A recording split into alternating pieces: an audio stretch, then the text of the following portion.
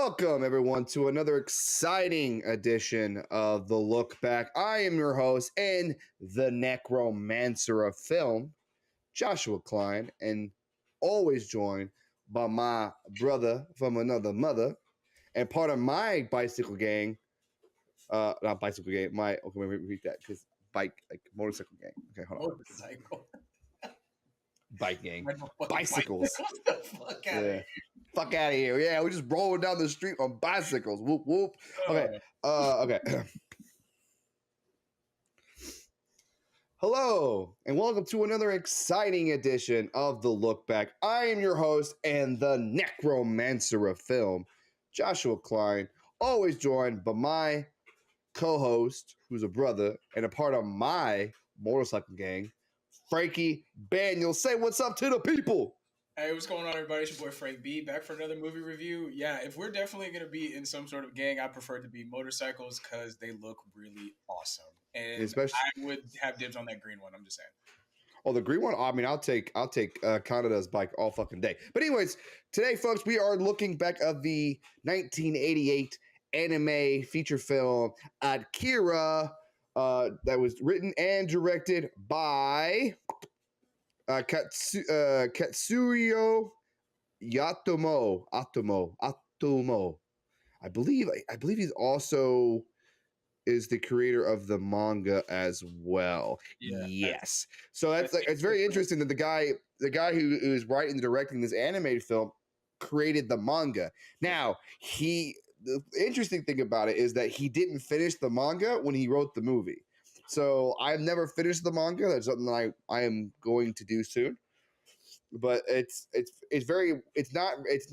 rare to see a creator of an art like of a manga or an adaptation and be able to make it on the big screen. So Frankie, have you ever seen Akira before? Oh yeah. This is one of those movies, man. I saw it, I think, for the first time in middle school.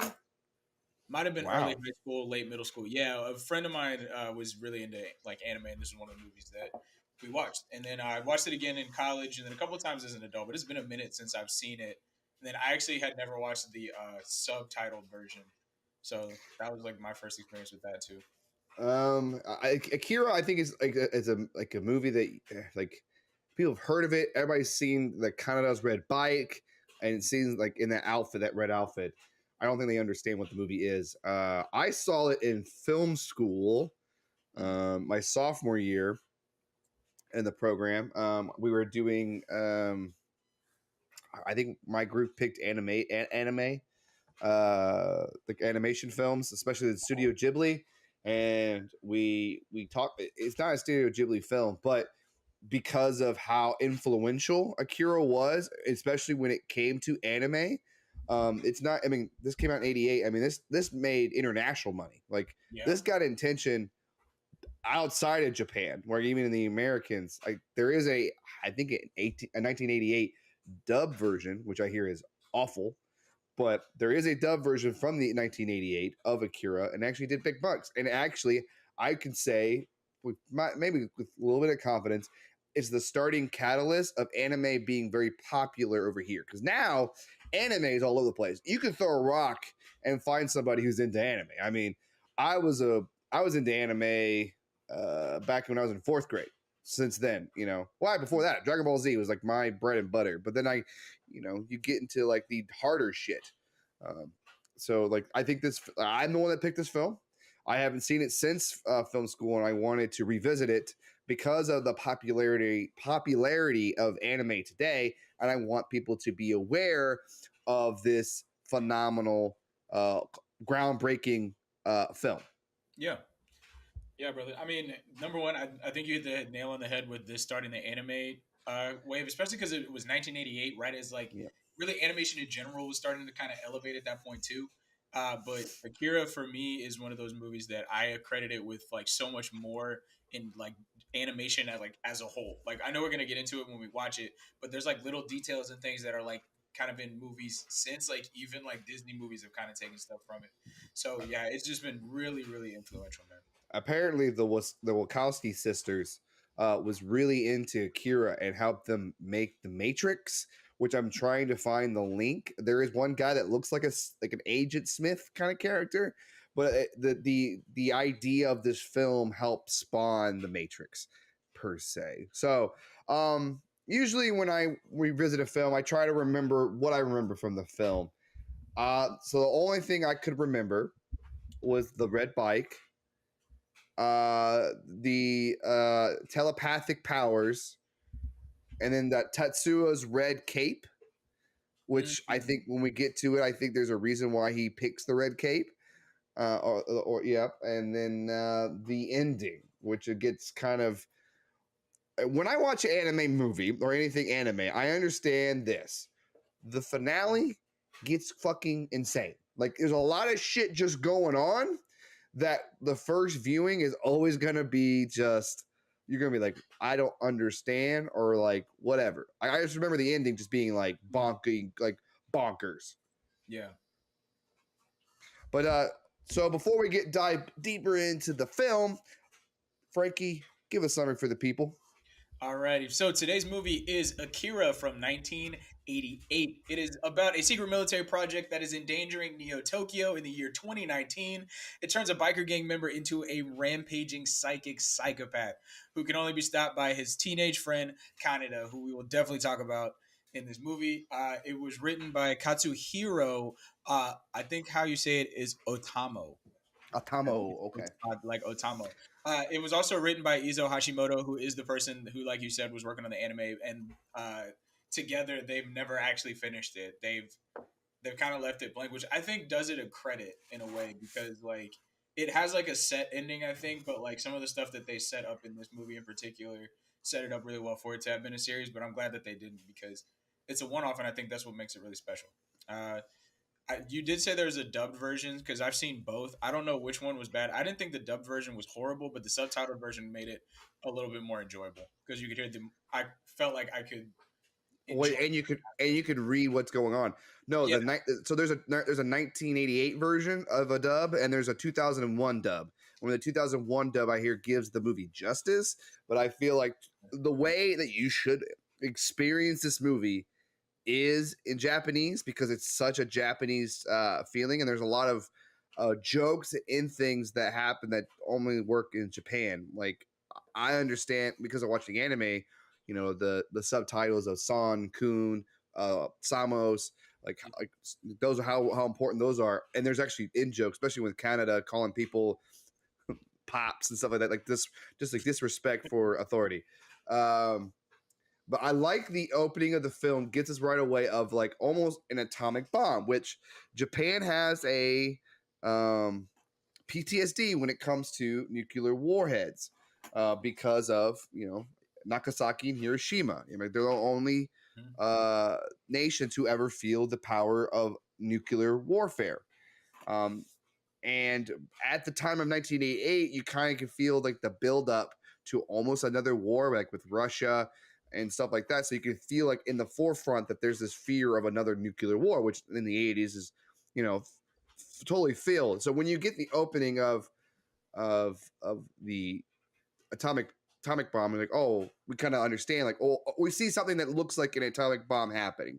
We don't quite understand at this point that what it really means, but and then we get to what Japan looks like now. I kind of like the overview map to kind of see, you know, there's this mass of water and there's bridges connecting most of the land. And then we cut to what Neo Tokyo looks like. A lot of, you know, advancement of technology, but it's more crime-ridden and rugged and dirty and corrupt. I think we even see the shots of protesters. And because we, you know, you put the subtitles, especially the Japanese subtitles. I didn't watch the dub, but they actually translate some of the kanji for you too. So it's like, oh, like the tax reform. Like we get a cut to like some TVs, and we get a news, and that there's been a tax reform that has been passed that workers are striking. Now, Frankie, when I read this, I was just like, tax reform, strikes. I was like, wow, this is already feeling very relative, because we're in the year 2019. So like after the bomb, there's 31 years. Now we're in 2019. And the and the next year is the 2020 Olympics, which we know in our timeline, the 2020 Olympics got pushed back because of COVID. Mm-hmm. But there's a lot of stuff that's a lot of anxieties that are going on in this film got felt in our timeline in that 2019 and that 2020 in America. But then in Neo Tokyo, we're seeing the corruption and how the rich are getting richer and the poor are getting poorer. Yep. I really enjoyed that you got to instantly see the class system in the city because you saw like that really, really nice car. You saw the really nice like I don't know if it was an apartment or whatever, but you saw all those like clearly like Yes. Wall Street types. But then you saw like the like griminess of it. Like I felt like every alleyway was beautifully drawn because like it looked dirty in like a different way. Like you go down one alley and it's like all construction stuff. You go down another alley, it's like a bunch of random bars and winos like outside. So it was cool, man. I really that opening like 5 minutes where you're just kind of seeing the city and then yes, and then we go into the bar and we see his name is not dropped yet, but we see Kaneda at the jukebox, but to play some songs, and then we see his homie. I know his yeah, not Tutsuo. Oh, we see Yamagata. Yamagata, yeah, his other friend with the he had the cutoff shirt that had that symbol on his chest right there. But then we cut to Tatsui, who's in this red bike and is kind of marveling on it, and we're already seeing how much Tatsuo admires Kaneda in the red jacket. Like he wants his bikes, and he's like, oh, like wants to ride it and stuff like that. And that's when like, hey, we need to go because the clown bike gang is in their territory, and they're like, all right, we've been hurting him down here. Now we get them. Now we understand that this corrupt town have gangs, bike gangs. We're a bunch of teenagers going around on bikes and have gang warfare. Yep. Bro, I really thought that the biker bar, like the visuals of it, like of it choosing the music right as like they get on their bikes to go away, I really thought that was cool. That was kind of like a little like a concert, like a bass drop where it was like, yeah. What do you think about what do you think about the music? Because the music is interesting. It feels very native. Very native. I call it primal.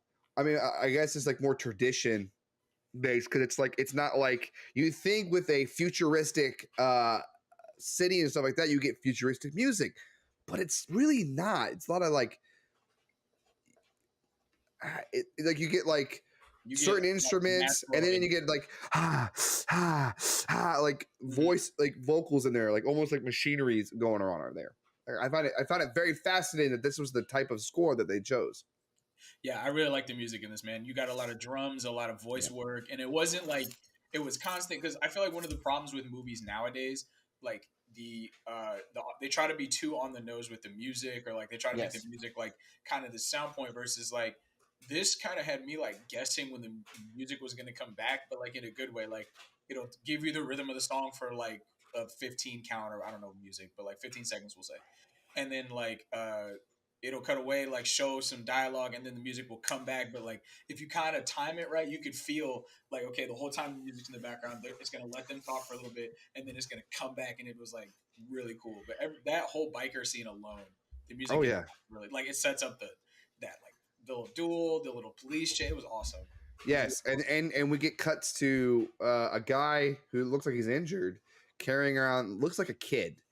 We kind of get interspersed with cuts with that as this Kaneda's gang and the clown gang are kind of fighting, right? Because they're going to the story. There's two storylines are going at the same time. The one we're just kind of like we're just kind of following along the characters, and we're thinking Kaneda is the main character because we get introduced to him first, but it's actually about Tetsuo. Tetsuo is I would say almost the main character because a lot of the issues and problems are focused around him. And well, I guess both boys are kind of the main characters, but it's like what normally you would think that we would follow more with Kaneda, but the more emotional scenes are with Tetsuo. So, and we're already seeing how Tetsuo is kind of a klutz. It's kind of like I said, like in the opener, little brother.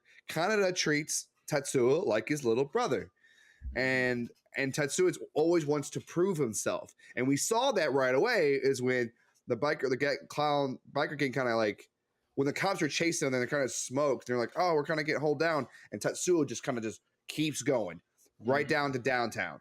Pew! I'm like, oh, okay, he's strong-headed. He wants to prove that he is not a little kid no more. He doesn't feel like he should be bossed around anymore. That's kind of like why he's continuing down that route. Then we cut to see the civil unrest within the city with the labor unions and the strikers fighting against the police. Yep. And that's when we see this other conspiracy plot that's going on in the background that gets dribbled to us throughout the film.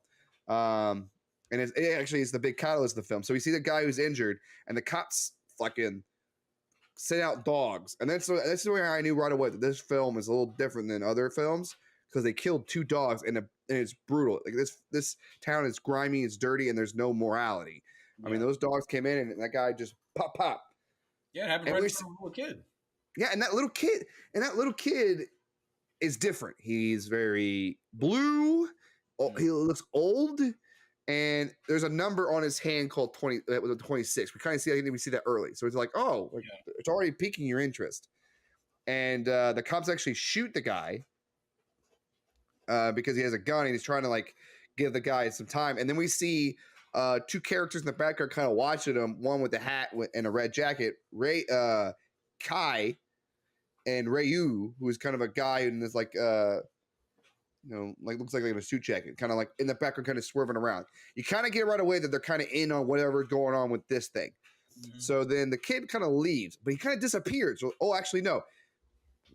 We know this kid is weird. Is when the guy that was kind of helping him dies, and like he just fucking just rages. Like the kid rages out, and fucking shit around him is breaking. You're like, whoa, what the fuck? And then he disappears. And then bro just ups and disappears. I'm like, what the fuck? The movie, I like this opener because the film is not telling you things, it's showing you things and showing you information that if you're not really paying attention, it could go over your head. But a lot of those introduction scenes are going to come back and be very plottical. So when you revisit the film, you understand exactly where characters are at and what's going on. Yep.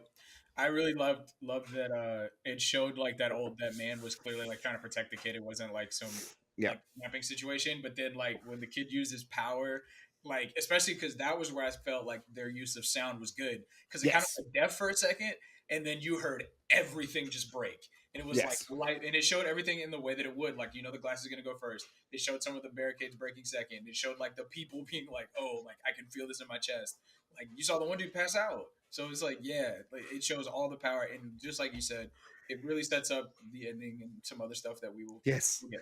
So. Yes, and then that's when Tetsuo is chasing these 2 gangs, and then he runs into the kid, and then like Tetsuo crashes into him, but the kid is fine, but Tetsuo is like all fucked up. So and he's just like the kid's just scared. So Kaneda and his gang comes in and goes, hey, what the fuck happened here? You basically, hey, what's going on here? And then the government shows up. Actually, we see a kid like in a wheelchair thing, kind of like, oh, he's on the old side. So I guess where Neo Tokyo and the old Tokyo are kind of like divided. And when Tetsuo and all them went over the bridge, they were going to old Tokyo. So that's why that looked more decrepit over there, because when that's when the originally stuff happened. But then the government hunts him down, and then we get to meet the colonel, who takes away the kid and takes away Tetsuo's way, and then the gang gets arrested. Okay. So I think I didn't write my note on this, but they keep Tetsuo. Do they run the test on him at the prison, or do they just keep him? Okay. So they take the gang, Kaneda and his gang of Yamagata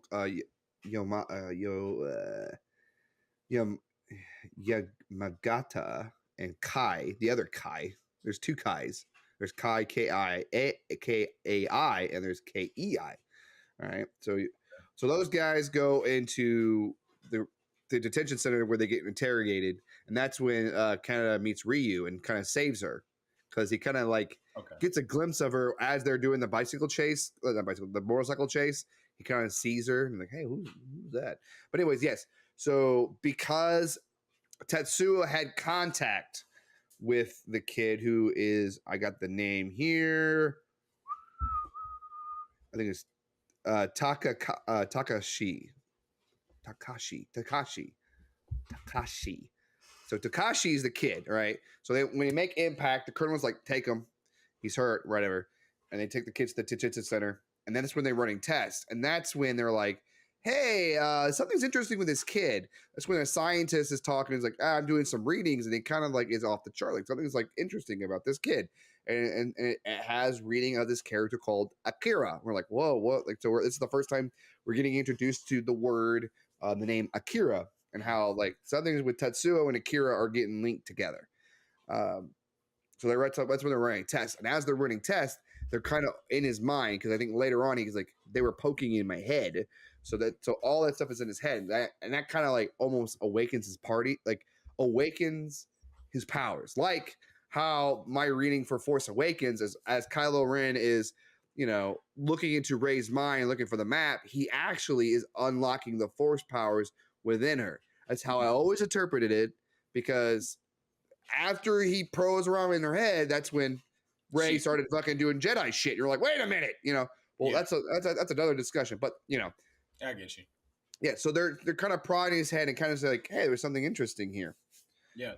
I wrote down that they pretty much probed him and they did all those. I thought it was really cool seeing like that futuristic kind of MRI machine like constantly moving around. That was really cool because it wasn't the same.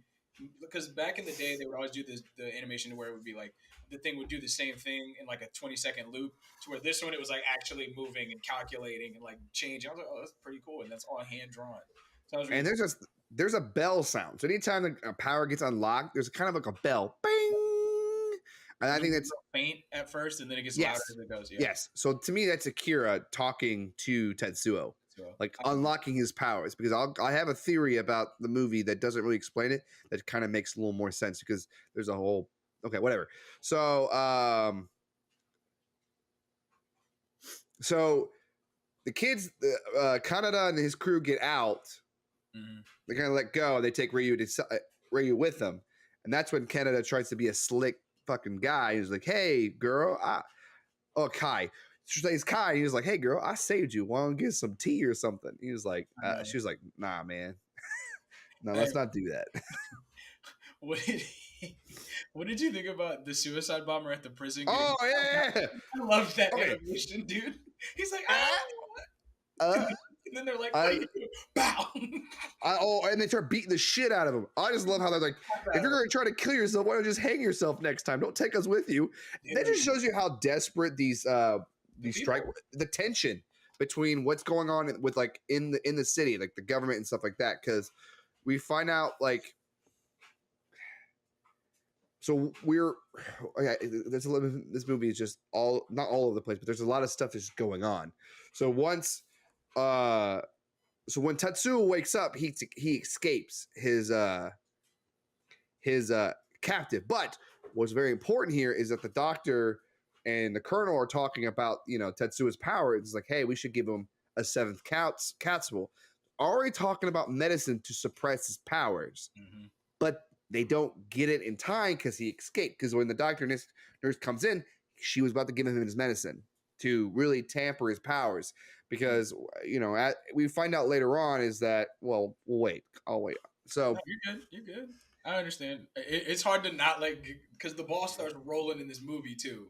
So yeah, I'm checking my notes constantly because I don't want to miss any of the small details. But you're good. No, and there's a lot of small details. Yeah. Because I think we're already introduced to the other character. I think it's Mayoka. The girl that's in the bubble who can see the future. Right? She has a premonition that Akira is going to come back, and that Tetsuo is the key that will bring Akira back if you do not control his powers. So that's like, so there's already a key warning about. So we already got introduced to 3 kids that have abilities. Okay. You have a guy in the armchair that can kind of track down, like he's like almost like a Professor X. Kind of has like a chair that he kind of rolls around in. Kind of can locate other people like him. Other beings. Yes. So that's when. so Canada and all of them. I think this is when Canada gets like they escape and they're kind of like these like him and his gang are kind of like, oh man, Tetsuo's gone. We should miss him. That's kind of we're gonna meet like a group of girls that like the gang, and then Kari is kind of like Tetsuo's girl. I was like, hey, where is she? You know, what's Tetsuo go? So, and there's one girl that's all over Canada, but he's just not interested in her, like not at all. But because I think he's like totally into Kai, he's just like, I don't need you. Like, go somewhere else. Stop fucking flirting with me, god damn it! Like, leave me alone. I have a girlfriend. Wow. I mean, you don't. I mean, that's funny. I think I have a girlfriend. Oh, we're kind of together. So Tetsuo like escapes and takes Kanada's bike. Like takes his bike because that's a bike that he wants, and so he just takes it. And him and Kari Tetsuo finds Kari and just like, look, they're prying in my head. Let's fucking leave. Let's get out of here. Like I don't want to go back to that place again. Like I feel weird. And that's when like the next day that they try to like leave. And then as they're leaving, they go into Clown Town. I mean, they go down to a territory they're not supposed to. And all of a sudden, well, luckily when Tetsuo like leaves to take Kanada's bike, Kanada and his group sees him do it. So they're all automatically like, get the fuck out of here. Let's get going. What did you think about the school? Not to go back. Oh, I mean, well, it's vocational school. I know, but it's still like it's run down because there's no funding towards it, and like kids don't fucking care because they're not making any money anyways, and there's it's kind of hinted in the beginner that the bar that they are sells certain kind of drugs because the guy says I want 3 peanuts. It could be a code word for drugs. So there's a lot of stuff that's like in the slums really going down here. So when Tetsuo and Kari are like running away, Tetsuo really doesn't understand Kanada's bike because Kanada's bike only works for Kanada. He designed it just for him. So when it like the bike stops because it didn't hit a certain miles per hour to shift gears, and when it doesn't, it actually shuts off. Oh dang! That's what I got. Oh okay, that's kind of weird. But I don't know bikes like that, so that kind of makes sense from like a mechanical standpoint. But so it just turned off. I thought it died. No, it turned off. It just turned completely. Okay, that makes sense. Yeah, because it didn't turn to a certain gear and it shut off. Oh, okay. Because Canada ended up running it to the end. When the gang like attacks them and what they do to Kari like rips her shirt. This film, because it's a rated R film, and you don't really get a lot of like rated R animated films are very rare because here in America we, for some reason, look at animation as just for kids. Where in Japan it's a whole different idea of what animation could be. So when they rip Kari's shirt and we see like her breasts and then get punched in the face, we're just like, holy shit! Like, fuck! This film does not hold back from the violence. No, she actually, man, just like not to be too weird, she gets pretty much like full on like not just sexually assaulted. Well, she got assaulted. Well, she was going to get raped. Like that. Yeah. That was the implication. You see one of the guys in the background kind of fondling her too. I don't know if you caught that, but like the guy's clearly reaching, but the shirt thing happens, and then she gets punched before you see anything else. Correct. Like, I was just like that took me away. I was like, because they were about to blow up the bike, and that's when kind of the gang come in there and they start whipping ass, and that's when we see the anger within Tetsuo, the little brother in Tetsuo. He's like, why are you always fucking saving me? I could have fucking handled. I got beat up one time. Like I don't need your help. Yeah. And that anger, I think, almost awakens his powers again because then he starts like having head problems, just like getting all fucked up. And the government's like, we're on your ass. Like, we got you tracked. And what's interesting is that when they were tracking them, Tetsuo was a blue marker and everybody else was green.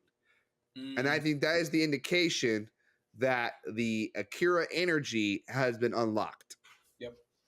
Because then we start seeing him having illusions in his head of his guts falling out, him falling and stuff like that, which is like almost like him having premonition of what's going to happen in the future. Because later in the film, he does have things come out of his body that, like he could not control. Yep.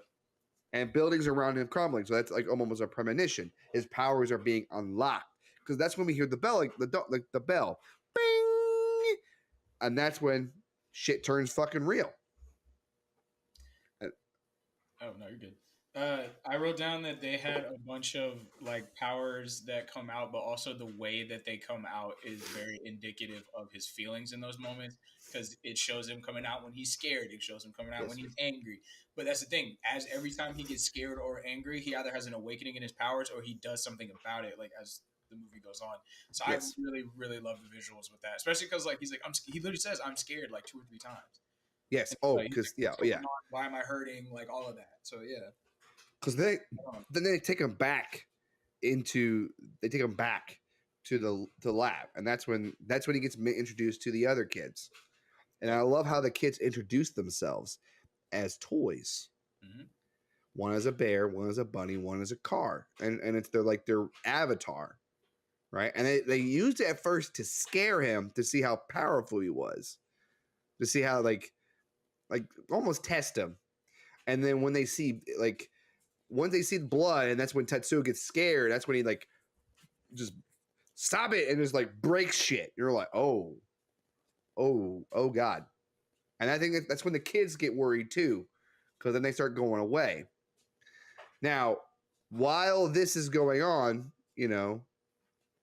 Kaneda runs into Kai again because they're like the Kaneda is like fuck, like we're in curfew. They took our bikes away. They can't do anything. Then like an explosion happens. A terrorist attack happens, right? And that's when he sees Kai and Ryu just fucking running, and he's like, "Ooh, there's my babe," and he like follows them, right? And that's when the cops are like surround Kai, and you just see. I love they go like in a sewer area, and you can see Kaneda just like and just punch somebody right into the sewage, and he falls in it too. And that's when Kai shoots one of the cops like right in the face. And I thought it was a great animation to see like the blood coming out of the face, and then you can see the shock in her face because she's never killed anybody before. And I love like just like, oh my god, what have I done kind of thing. Yeah, it was pretty wild, like a bang bang moment. I really love the animation too. Every time like they're in the water, like you could kind of tell like the water was nasty because it was shit. Never blue. It was shit. It was shit water because like straight brown. Because it was green. We see, so Kaneda like he like fucking like blah blah blah, but there's actually the cop that did live is just like he's throwing up because that is shit water. That's that's where all the sewage is going. Oh, I'm sure. So that's when Kaneda and Kai are kind of running away to the rendezvous point, and that's when like we find out that there's a mole. Well, I think we find out earlier that there's kind of a mole in the council, and that the colonel is kind of part of this council as well, and that the actions from the Takahashi, his escape is going to look bad on the colonel, and that we kind of do see that scene. And we kind of get to see the mole. And the problem, I love how the mole in the council looks like a fucking rat. Yeah, like he looks like a straight rat. I'm like, wow, like that you couldn't be subtle with it. Even his like hair is slicked back to where like he has like little ears. Yes, man. And it was cool. It was great animation. I was like, come on now. Right, and then because we see that guy talk to Ryu about like something's gonna change. Like there's gonna be change, and Akira is gonna be it. Like he is the mastermind trying to pull the strings, but we find out later that he's actually pulling the strings he's manipulating the rebellion for his own personal gains. Yep. But we'll get there later. So the colonel kind of gets stripped of his protecting his duties because a lot of shit's going on, and that pisses the dude off because we find out the colonel doesn't really care for politics. Like he only knows how to decide to act or not act. Like he doesn't give a shit about the consequences of it. He is taught to act or not act, and that's like he wants to protect the city and doesn't want to go into negotiation hoblock committees because that's not his thing. No. And then we kind of see him have a relationship with the kids, and it's actually a good one because he actually well, it's almost like the kids are the symbolization of the atomic bombs or hydrogen bombs because they're trying to harness the power that they quite don't understand, and then the government is technically a charge of nuclear warheads, and they have to decide when to use them or not to use them. You shouldn't like allow people who don't know what these things are to be in control of these things. So the colonel is kind of the buffer between the two.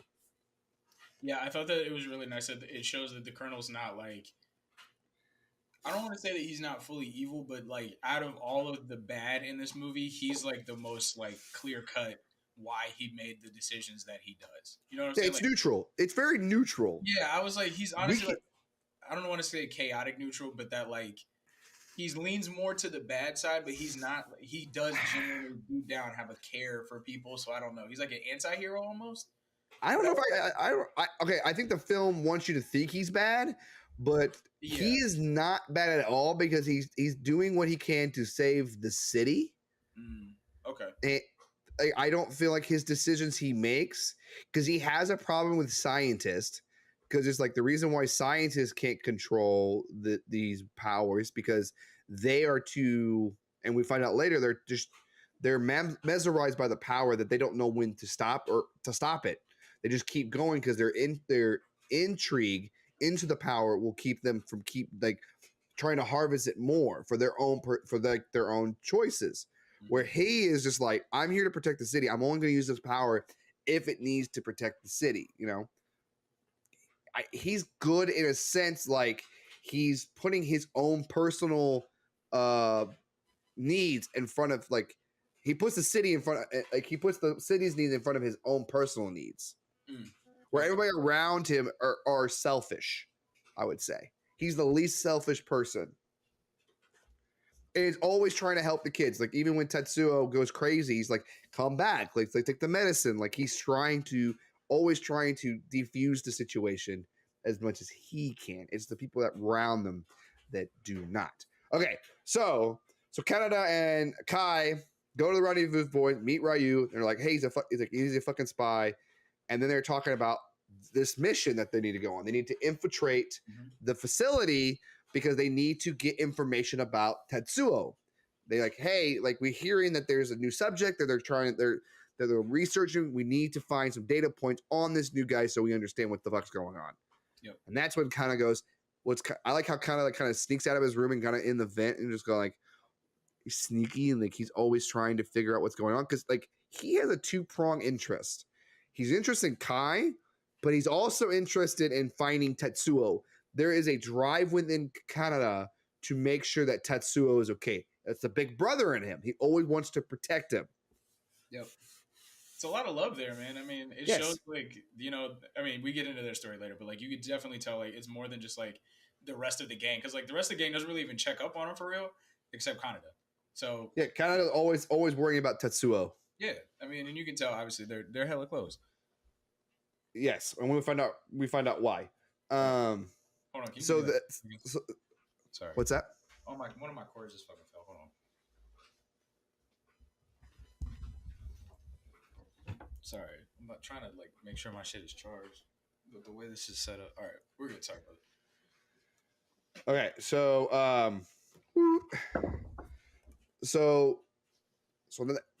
the gang's trying to infiltrate the building for Tetsuo, but what they don't know is that Tetsuo has awakened his powers.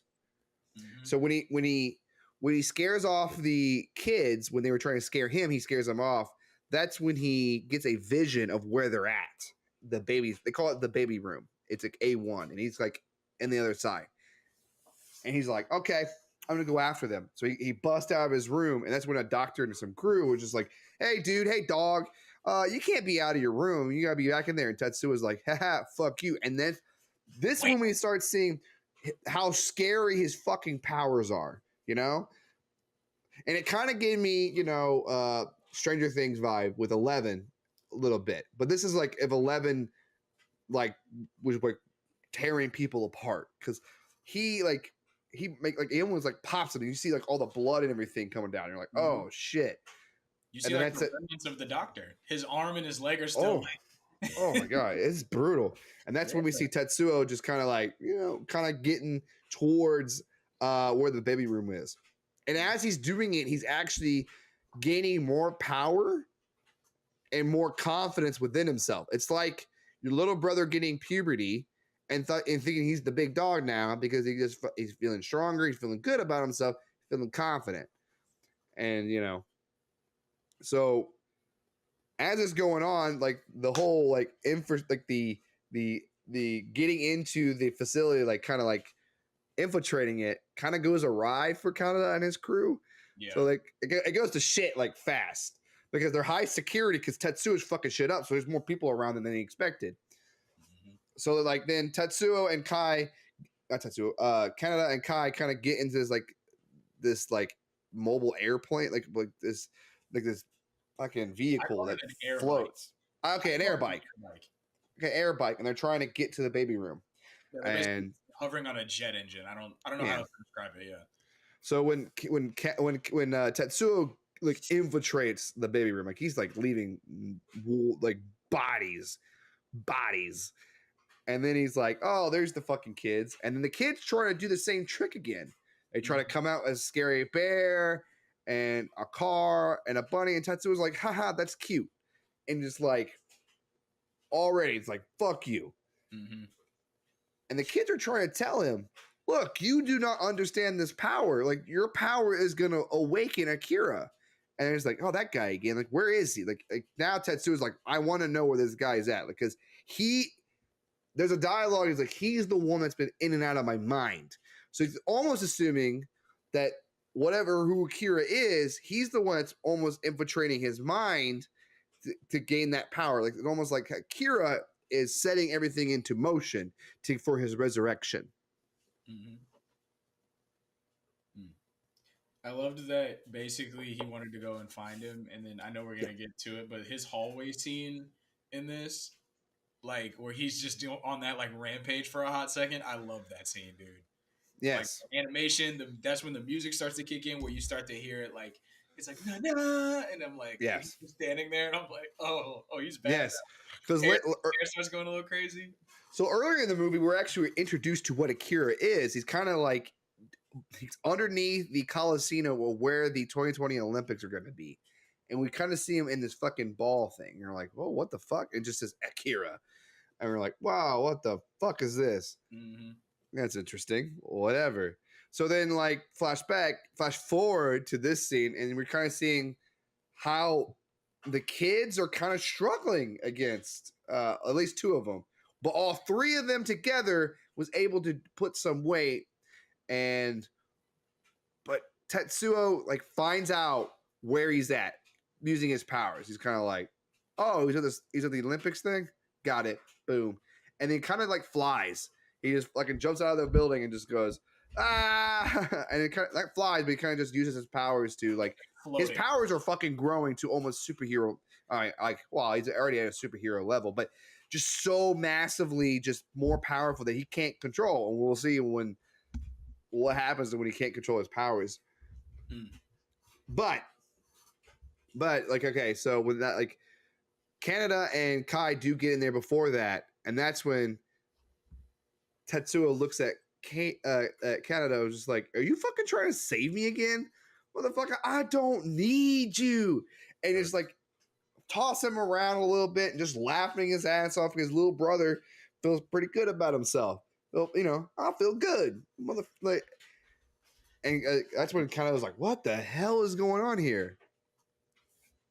Man. And then they get arrested. Kai and Kaneda get arrested, and we get it's almost like a data dump. Here's the information. Any questions you have to know about who is Akira, what the fuck is going on, blah blah blah blah blah blah blah blah. So let me do you want me to explain this, or do you have a good grasp of this? No, go for it. Go for it. Even for the listeners too. Okay. So they're saying that Akira is absolute energy. Okay. Think of Akira as the nuclear bomb,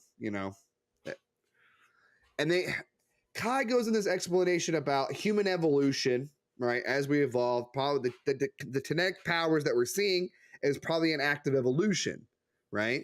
Kids are evolving, and Akira was the first one, right? So Akira, we'll find this later. So Akira is like, and they try to harness this, like bad people trying to harness this power, but they did not know what it meant, and it caused issues.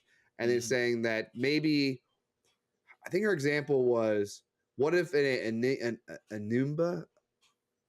nimbus, well, anema, what if like something like a cell, right? A tiny little, or bacteria kind of thing, right? Has the mind of a human, and all it wants to do is eat and consume and use as energy. Like that's kind of what Akira is. Like it just keeps, and that's kind of what Tetsuo is going with. Yeah. And that everybody has this Akira power in them, that it could be awakened. So you're saying, what the film is saying is that when Tetsuo and Takashi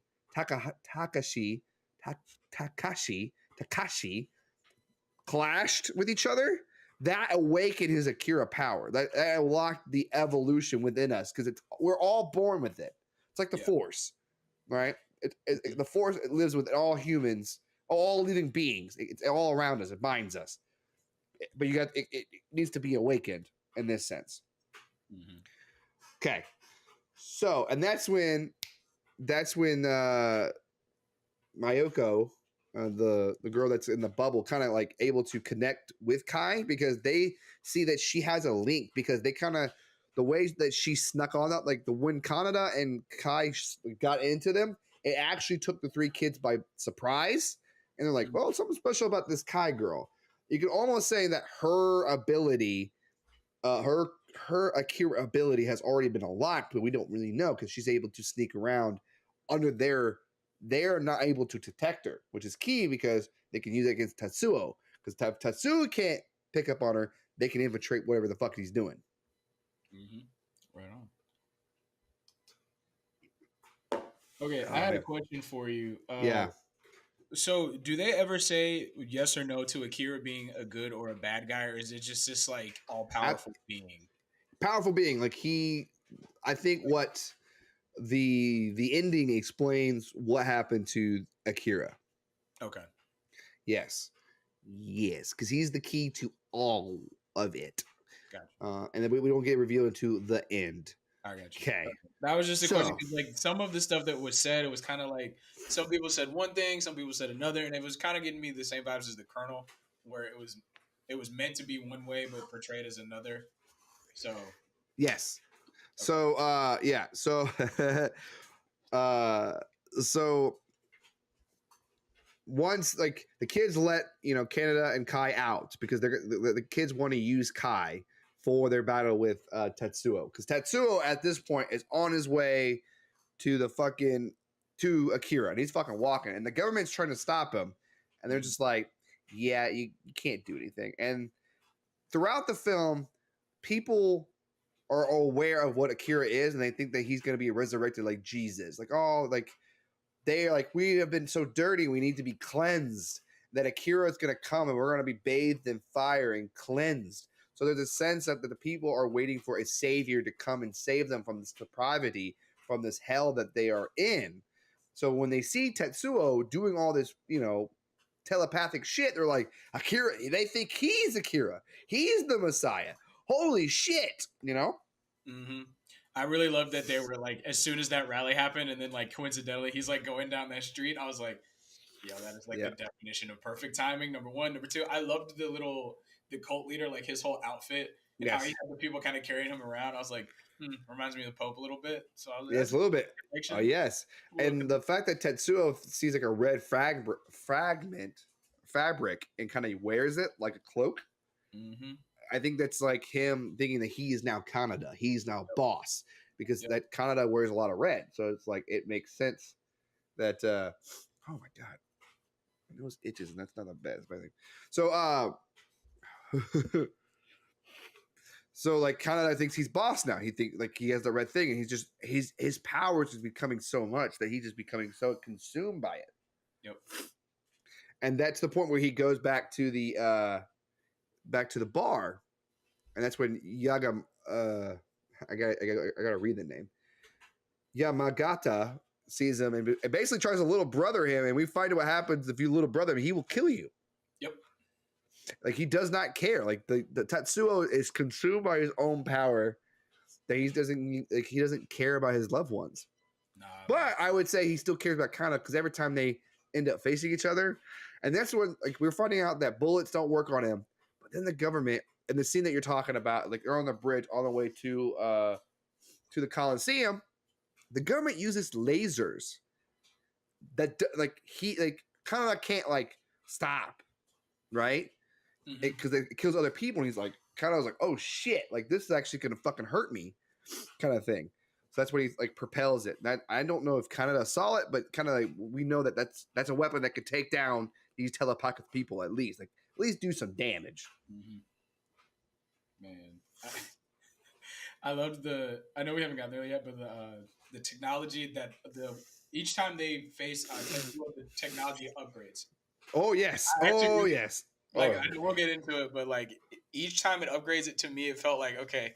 At first, it was like, okay, those are weapons that we kind of have now, like in 2023 or post 2019 at this point. And then they get to the one level, I'm like, okay, I know our government might have that, but I ain't seen it. Right, but I think we'll get there. So as Tetsuo is making his way to the Coliseum, so is Kaneda and Kai and the other Kai. There's two Kais. The male Kai are all, like, going down. And I loved how, like, when Kaneda found out that his boy died, he takes the guy's bike and destroys it. Like, I'm taking it back to, like, almost like I think a Vikings. Like, if he, like, you know how in the Dothrakis in Game of Thrones, if they die, if the like the Khal Drogo dies, his horse has to die with him. Like, no, like, oh yeah. So it's like, hey, like, he died, so now we gotta take the bike has to go with him. Like, no one else is gonna use the bike because he's gone now. I thought that was a nice little touch, and that's when Kai, the girl Kai, gets taken away by the children. And that's why kind of was like, fuck, I need to fucking stop this. Like, I gotta take down Tetsuo. Like, he needs to be taken down a peg. Yeah. So real quick, man, I actually realized it's Kai is the boy and it's K is the girl. Oh, okay, sorry. Kai, like, oh shoot. But in my version, he was like, it said the pronunciation, not said, but was saying it like K-E-I and K-A-I. So I think it's pronounced K. K, anyway, yeah, K is the girl, Kai is the and Kai is the guy. Because it is K. Sorry, because yes, it's K. I was like, yeah, I think. Okay. Maybe because I watched a different version than you. No, I'm just being stupid.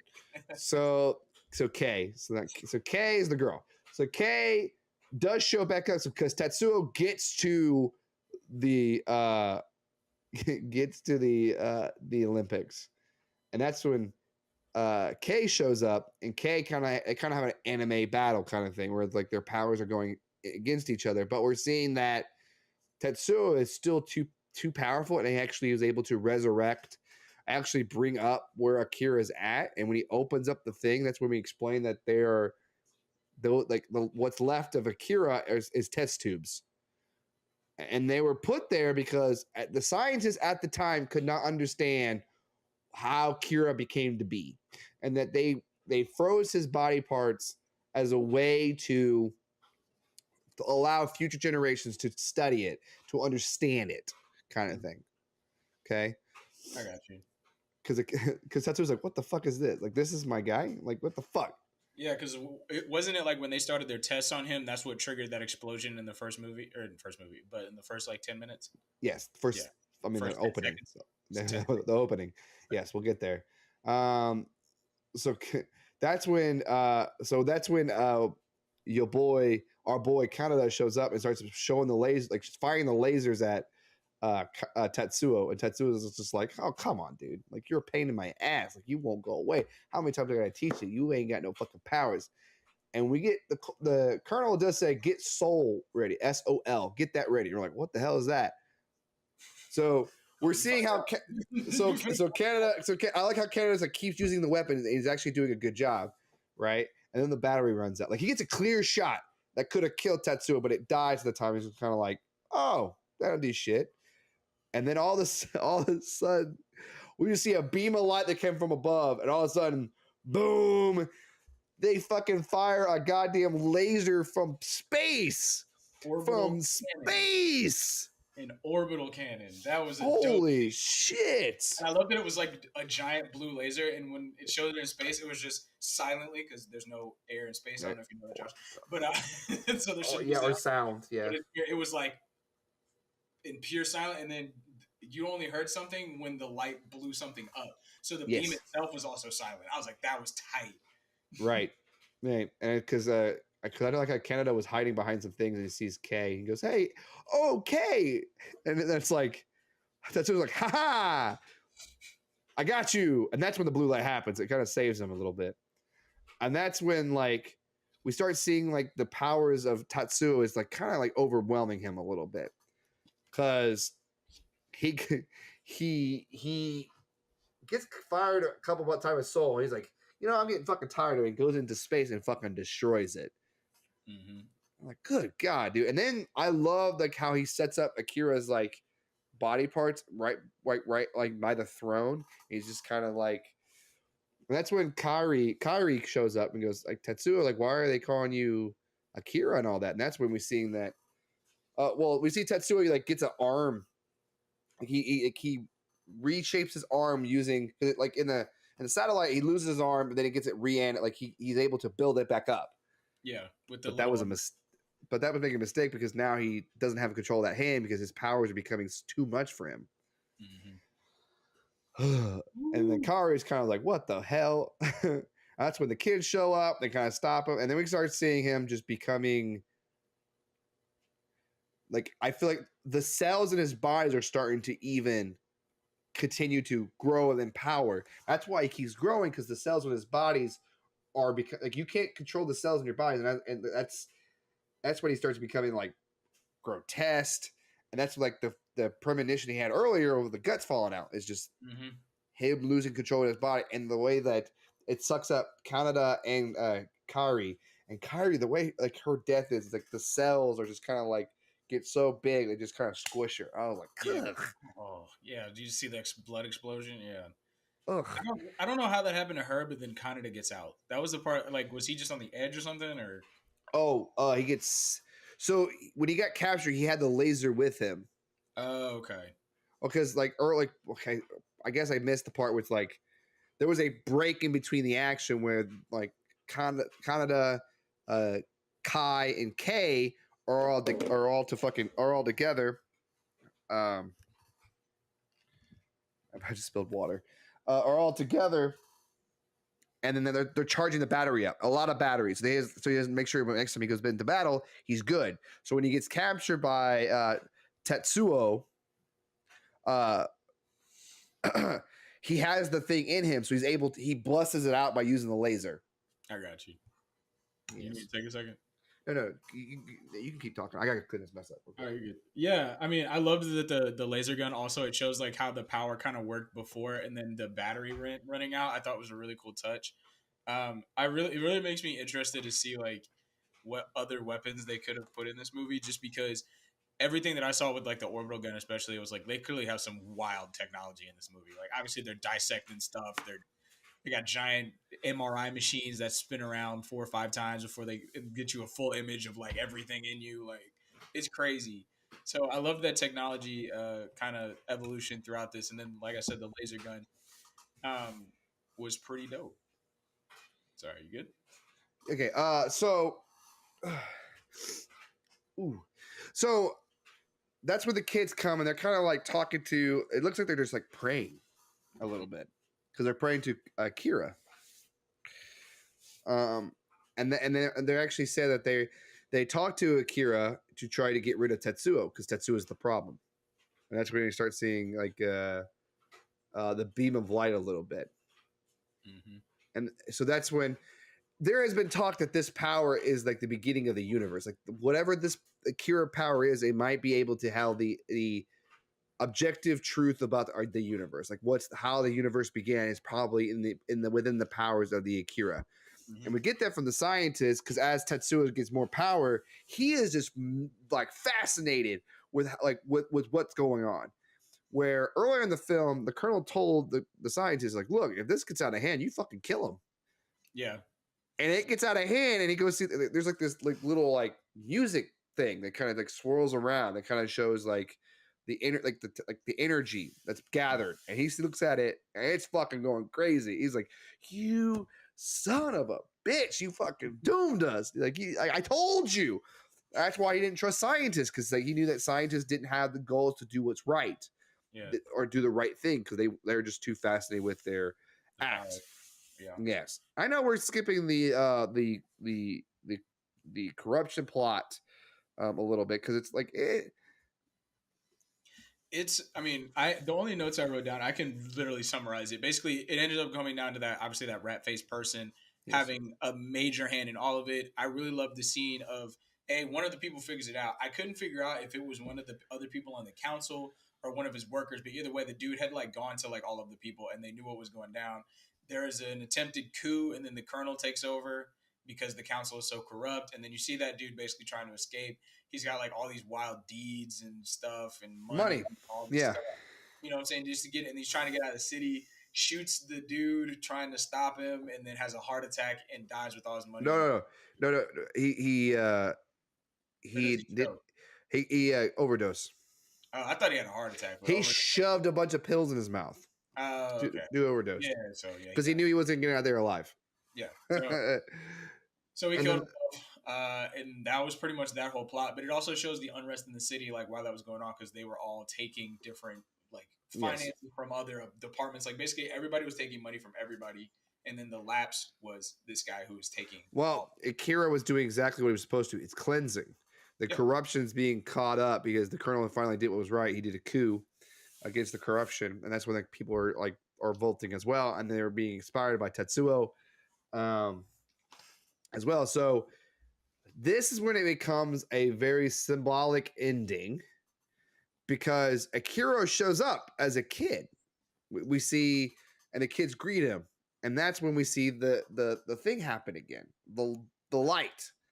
And it's kind of sucking Tetsuo in, and Kaneda kind of gets sucked into it. And the kid, like one of the kids, Takashi,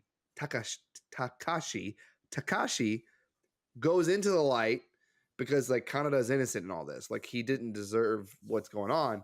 And that's when the other kid's like, well, you know, if we go in there, we don't come back, but we get to save the kid, Kaneda. So they go in there, and the only reason why Kaneda lives is because K, it says his name, and is able to bring him back. But as we're in this fucking, the scientist calls it another universe. Like we're seeing another kind of like another pocket universe being created. It's so much energy, it's creating a universe within itself. Okay, because that's how Tetsuo is getting sucked away. So when Kana's in there, he's kind of getting hit with these lights, and it's with memories. And we first get a memory of Tetsuo, right? About how he was abandoned and brought into a children's home the same day as Kaneda. And Kaneda, like Tetsuo gets beat up, gets his toy taken away. Kaneda gets it back, but he gets beat up as well. And then kind of like that's when the friendship has been born, been bonded, because Kaneda took, like, he was abandoned too. And he looked at this kid as like he related to this kid. Then he goes into another ball of light, and that's when we get what really happened. So 30 plus years ago, the kids, the three kids are all there, right? And we see another kid, Akira, getting tested on. Okay, he's in a room getting tested on. Then we get cut to them like getting all in the laboratory. They're kind of getting like whatever the kid has, Akira had, they gave it to the other three kids, and they started having different abilities. Mm-hmm. Okay, but Akira kept getting stronger and stronger and stronger, that it caused the explosion. Now, the reason why the kids look old and blue and stuff like that, that's the medicine. The medicine kept them in childlike form, but it was able to suppress some of their powers to a point where it doesn't go Akira level, subatomic, kind of like that. All right. Yes. Right. So kind of gets pushed out because of K, and then the universe, the whole thing just kind of like, it does cause a lot of destruction and flooding and everything else, causing a cleansing. I would say, and it disappears.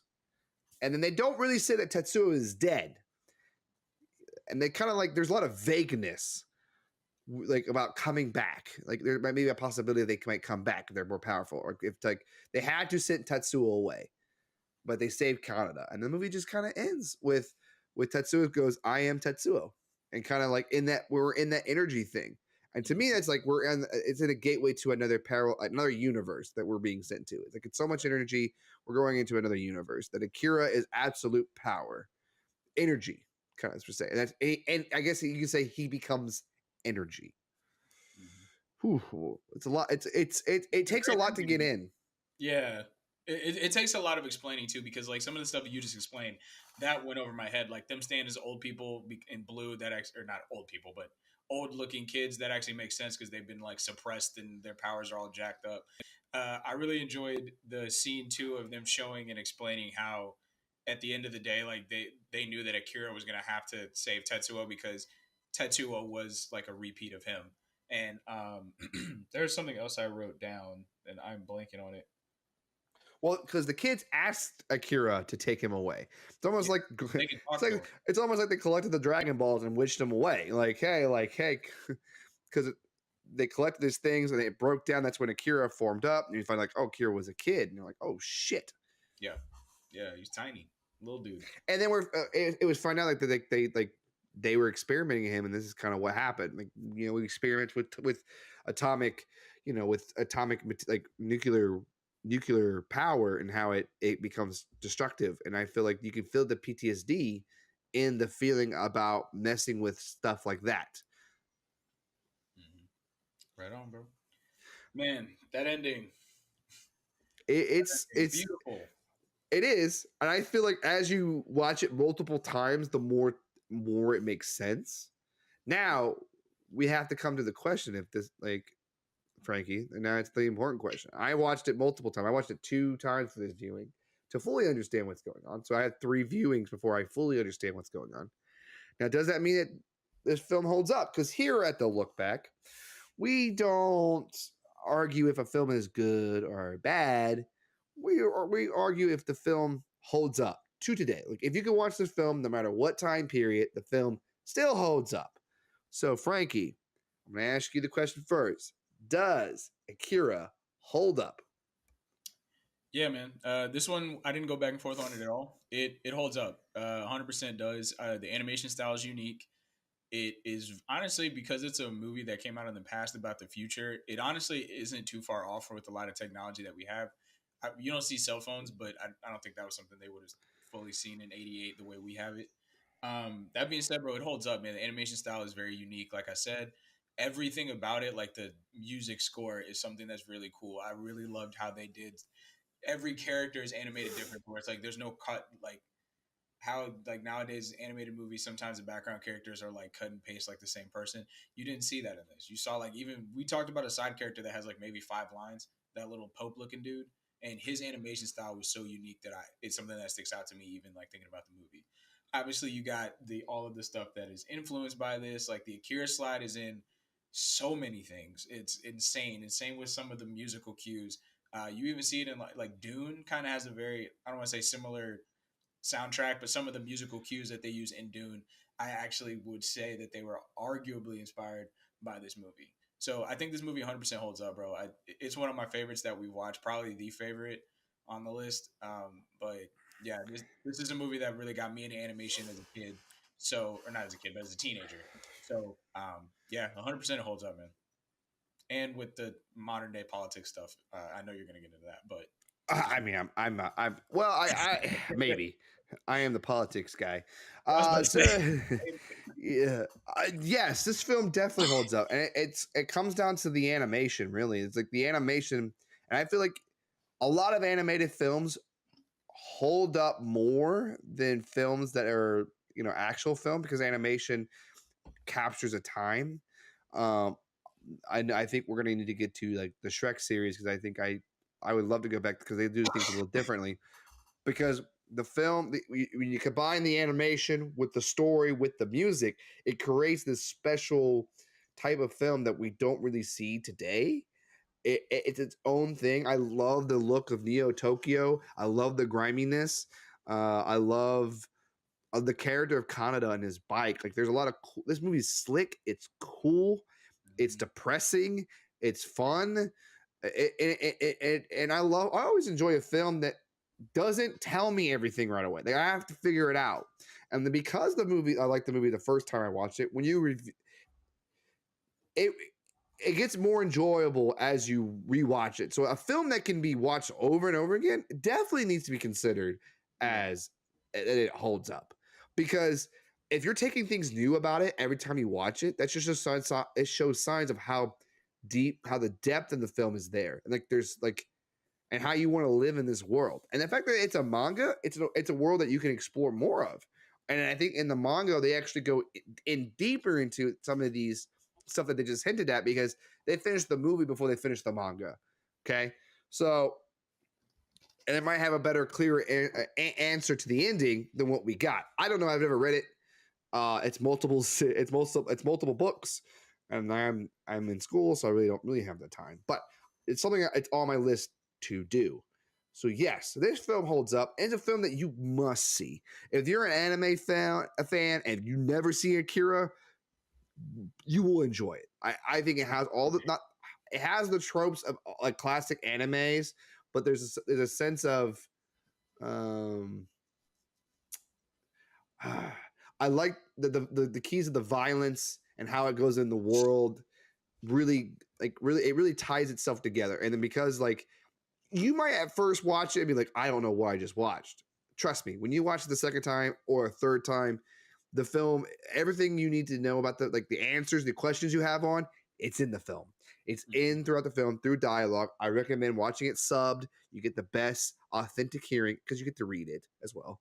You get the authentic. I think the characters come more alive when it's sub. And able to distinguish itself. It's a great time. Yes, I'll say yes.